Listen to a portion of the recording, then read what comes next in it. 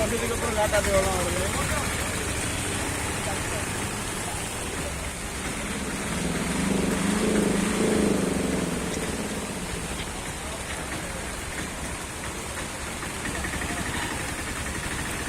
தென்காசி மாவட்டம் செங்கோட்டை தாலுகா பண்பொழி கரையாள பாலம் என்று சொல்லக்கூடிய அந்த பாலத்தில் வெள்ளப்பெருக்கு ஏற்பட்டு போக்குவரத்து நிறுத்தப்பட்டுள்ளது.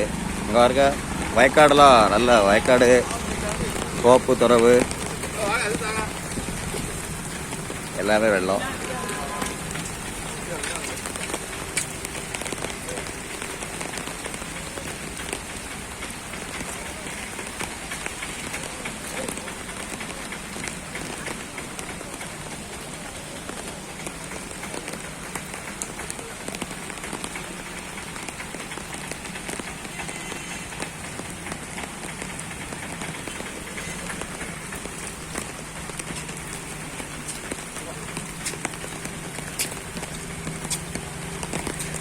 வடகர மக்கள் எல்லாம் பணிகள் செய்து கொண்டிருக்கிறார்கள்.